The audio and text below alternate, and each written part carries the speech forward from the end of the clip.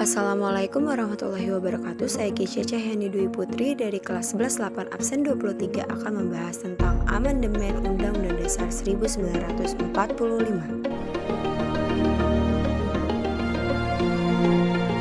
Proklamasi. Kami, bangsa Indonesia, dengan ini menyatakan kemerdekaan Indonesia. Hal-hal yang mengenai pemindahan kekuasaan dan lain-lain diselenggarakan dengan cara saksama dan dalam tempo yang sesingkat-singkatnya. Jakarta, 17 Agustus 1945, atas nama bangsa Indonesia, Soekarno, Hatta.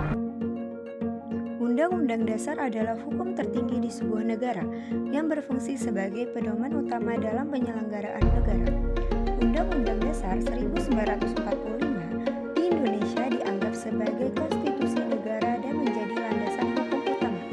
Undang-Undang Dasar 1945 disahkan pada tanggal 18 Agustus 1945. Rumusan Undang-Undang Dasar 1945 berisi tentang dasar negara, bentuk dan kedaulatan negara, pembagian kekuasaan, hak dan kewajiban warga negara, dan ketentuan lainnya yang berkaitan dengan sistem pemerintahan Indonesia. Amandemen dan latar belakang terjadinya amandemen. Amandemen adalah istilah yang digunakan untuk secara resmi mengubah dokumen untuk perbaikan.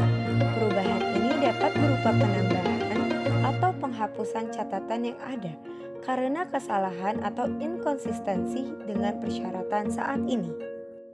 Amandemen Undang-Undang Dasar 1945 terjadi karena adanya kebutuhan untuk melakukan perubahan dan penyesuaian terhadap kondisi dan perkembangan zaman. Amandemen pertama Undang-Undang Dasar 1945 dilakukan pada tahun 1999. Amandemen pertama membahas 3 poin penting, yaitu 1. Pemindahan kekuasaan legislatif dari Presiden ke DPR. Sebelumnya, Presiden memiliki kekuasaan eksekutif dan legislatif. Amandemen ini memindahkan kekuasaan legislatif ke DPR, sehingga Presiden hanya memiliki kekuasaan eksekutif. 2. Pembatasan masa jabatan Presiden. Sebelum amandemen, Presiden bisa menjabat selama dia terpilih. Amandemen ini membatasi masa jabatan Presiden hingga maksimal 2 periode atau 10 tahun. 3. Penempatan mekanisme cek terhadap berbagai macam kewenangan Presiden. Amandemen ini juga menambahkan mekanisme check and balance terhadap kekuasaan Presiden, termasuk hak interpelasi, hak angket, dan hak menyatakan pendapat. Amandemen pertama disahkan oleh MPR.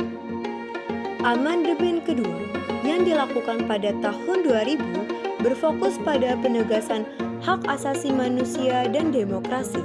Ini mencakup penambahan bab 10A tentang hak asasi manusia ke dalam Undang-Undang Dasar 1945 dan penegasan bahwa kekuasaan pemerintahan berasal dari rakyat. Selain itu, amandemen ini juga memperkenalkan Dewan Perwakilan Daerah sebagai bagian dari sistem legislatif di Indonesia. Amandemen kedua disahkan oleh MPR. Amandemen ketiga yang dilakukan pada tahun 2001 berfokus pada perubahan dalam sistem dan struktur pemerintahan. Ini mencakup pembentukan Mahkamah Konstitusi yang berfungsi sebagai pengawas konstitusional undang-undang dan Komisi Yudisial yang bertugas menjaga kehormatan dan perilaku hakim. Amandemen ketiga disahkan oleh MPR. Amandemen keempat yang disahkan pada tahun 2002 merupakan amandemen terakhir dari Undang-Undang Dasar 1945. Amandemen ini mencakup berbagai perubahan penting, termasuk penambahan bab 15 tentang ekonomi dan sosial, yang memberikan dasar hukum untuk liberalisasi ekonomi dan reformasi sosial. Selain itu, amandemen ini juga memperkenalkan sistem presidensial murni, di mana presiden tidak hanya sebagai kepala negara, tetapi juga sebagai kepala pemerintahan. Hal ini berarti presiden memiliki wewenang eksekutif yang luas, termasuk pengangkatan dan pemecatan menteri. Amandemen keempat juga memperluas hak asasi manusia dan kebebasan sipil, serta memperkuat lembaga negara seperti Mahkamah Konstitusi dan Komisi Yudisial. Amandemen keempat ini disahkan oleh MPR. 4 kali perubahan Undang-Undang Dasar 1945 telah mengubah struktur ketatanegaraan Indonesia. MPR tidak lagi sebagai lembaga tertinggi dan Indonesia sudah menganut sistem presidensial yang lebih efektif. Wacana perubahan kelima kini didengungkan akan mengembalikan garis-garis besar haluan negara atau GBHN. Apakah tujuannya?